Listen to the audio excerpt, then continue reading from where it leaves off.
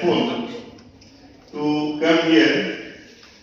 मेरा पीपीटी बहुत ज्यादा नहीं बोलेगा, बहुत कम बोलेगा।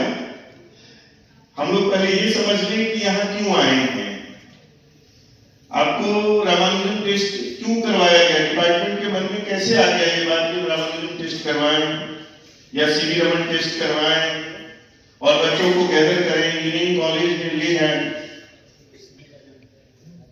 बाजार में घूमते समय बहुत लोग ऐसा बोलते हैं कि सामने एक बिल्डिंग बहुत अच्छी दिखती है, पता नहीं वो क्या है।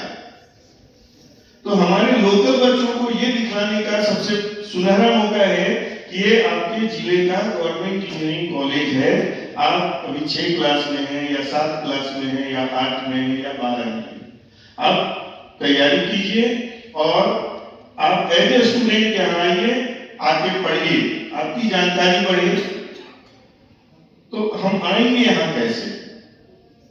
पहले 12th क्लास का एग्जाम देंगे, उसी समय IIT JEE मेंस का एग्जाम होता है, एग्जाम देंगे।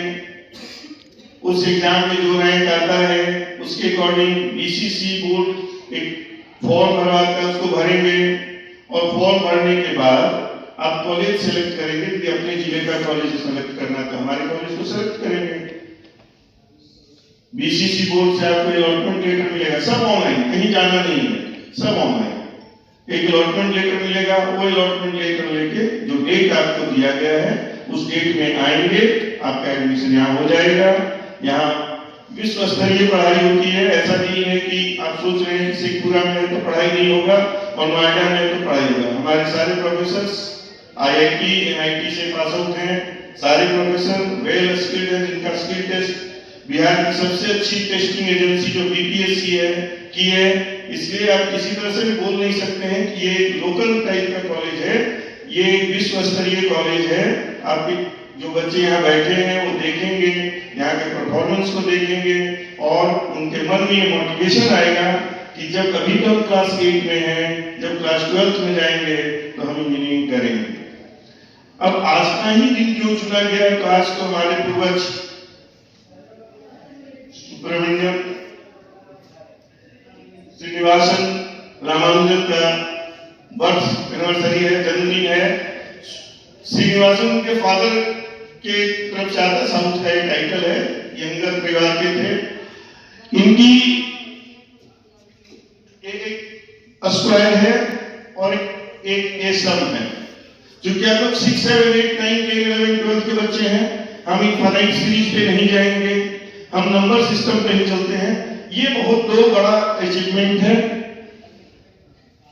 थोड़ी बात कर लें, इनका जन्म 22 दिसंबर को हुआ था और इन्होंने अपना देह 26 अप्रैल 2020 को त्याग दिया। मतलब 13 साल ऊपर और 20 साल नीचे, 33 साल की उम्र, 32 प्लस समथिंग मंथ था।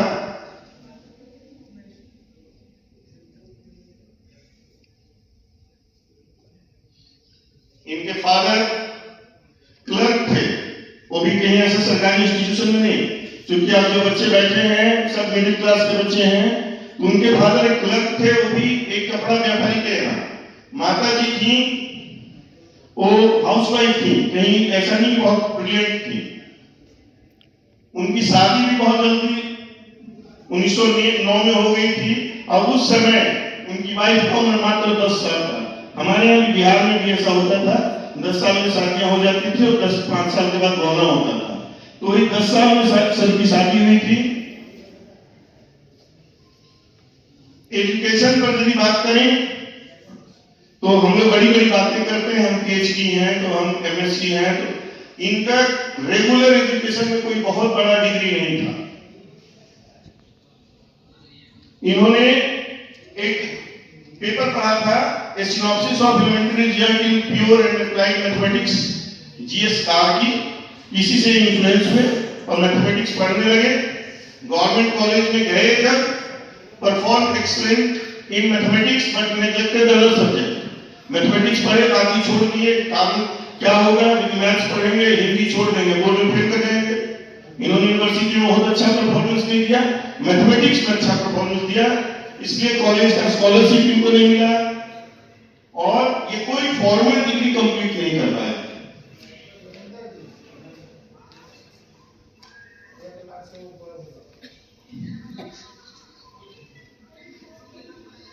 बाद में इन्होंने बिना डिग्री का, चूंकि इनके पास मैथमेटिक्स की समझदारी अच्छी थी, जैसे एक एग्जाम्पल आपको बताते हैं, नवादा का एक फार्मर है, उसके पास कोई एग्रीकल्चर की डिग्री नहीं है और फिश मास्टर के किसान है। उसकी रिसर्च पेपर मैंने पढ़ा है, नवादा का एक किसान है, उन्होंने इंटीग्रेटेड एग्रीकल्चर पर बहुत अच्छा काम किया है।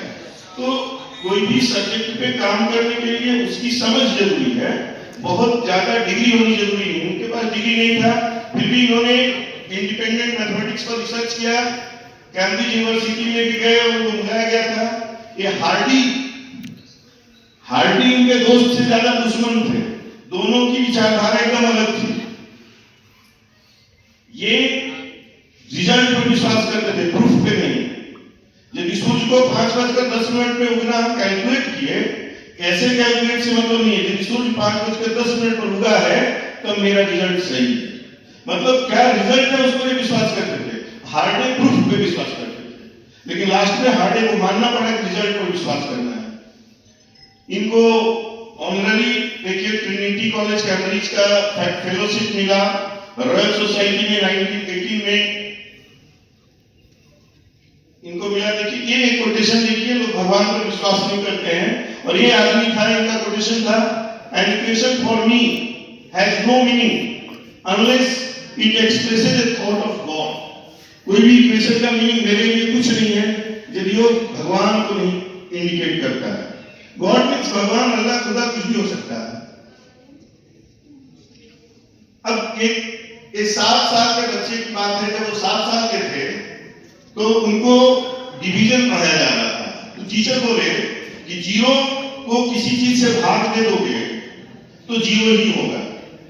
वो फट से उठ के बोले कि सर यदि जीरो को जीरो से भाग देंगे तो जीरो नहीं होगा, और बाद में इसको फिर इन्फिनिटी की तरफ ले गए। तो ये 7 साल की उम्र में इन्होंने अपना स्टेटमेंट दिया था,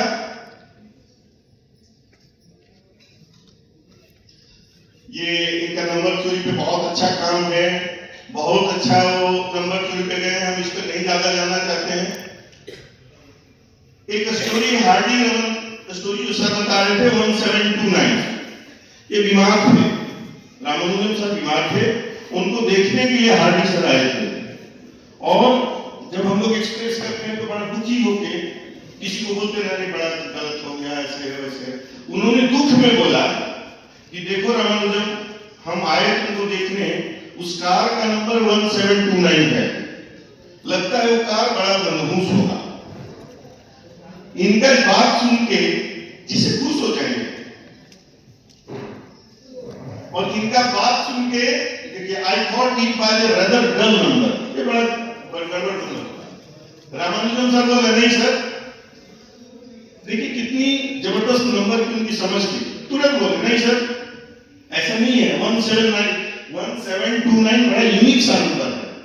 अभी सर भी चर्चा कर रहे थे 1729 बड़ा यूनिक सा नंबर है। हम यदि 1 को क्यूब करें और 12 को क्यूब करें तो भी 1729 आएगा, 9 को क्यूब करें, 10 को क्यूब करें तो भी 1729 आएगा।